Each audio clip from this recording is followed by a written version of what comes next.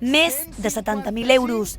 Aquesta és la xifra de la primera telemarató que va celebrar aquesta casa, la televisió d'Eivissa i Formentera, el passat divendres en benefici de la plataforma sociosanitària Fundació Conciencia i AMNEF. Una quantitat inesperada i molt ben rebuda que els destinataris no han fet més que agrair. Estàs contenta? Buah, mira. Què fareu amb tota aquesta ensuada? Què hem de fer ara? Tapar forats. La nit va partir amb una recaptació inicial de 12.530 euros, xifra que a mesura que transcorria la marató no va deixar de créixer. Al centre de dades, els telèfons no varen parar de sonar. El teixit empresarial de Silla d'Eivissa va donar seu suport a la causa, fent grans aportacions econòmiques de les que va informar el nostre emocionat company Juan Torres. He cridat un al·lot, un boix d'aquí d'Eivissa que és molt amic i molt estimat a la Fundació Conciencia, que havia donat 50 euros per la telemarató d'avui, uns 50 euros que li havien donat als seus abuelos pel seu aniversari. Quantitats a les que es varen sumar valuoses aportacions que va fer la ciutadania a títol personal. Fa un rato ha cridat una nena que es diu Mar, la seva mare es diu Sabina, que ha romput la seva vidriola i ha donat 50 euros. Clar que sí. Aquestes són les coses que t'arriben al cor. 70.000 euros és la quantitat més grossa de sous que han rebut de manera altruista aquestes entitats. Una xifra que encara pot continuar creixent, ja que la pàgina web, que encara està activa, continua rebent aportacions.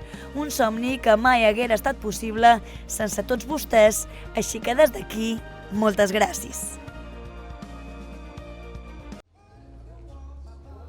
La televisió d'Eivissa i Formentera es va traslladar a la discoteca Patxà, que literalment va convertir les seves noves instal·lacions durant unes hores en un autèntic plató de televisió per dur a terme la telemarató. Un programa especial sense precedents per a la televisió d'Eivissa i Formentera, conduït per Maria Roig, Joan Carles Rodríguez i Juan Torres. Molt bona nit, companys. En aquest escenari es van realitzar 3 hores i mitja de directe que va seguir des de les seves cases més de 50.000 pitiusos. Més de 35.000 espectadors van estar aferrats a la tele de manera ininterrompuda.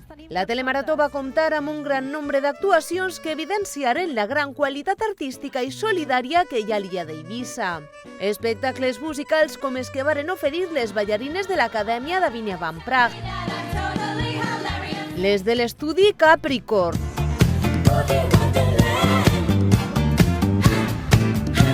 les mateixes ballarines del Lío Cabaret o la d'aquests petits que acompanyaren amb molt d'estil la música del violinista José Asunción. Aquestes són sols una petita mostra de les representacions que es varen succeir durant la marató.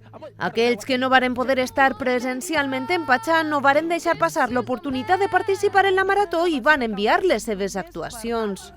És el cas de les pageses emprenyades, de la formació musical Joven Dolores, de Bacano,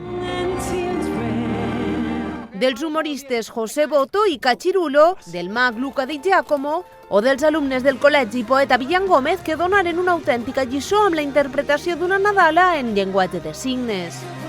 Un espectacle redó que va concloure amb l'abraçada emocionada i satisfeta de les seves organitzadores, Alba Pau i la directora de la TEF, Sònia Escribano, i la música del grup a tutiplén.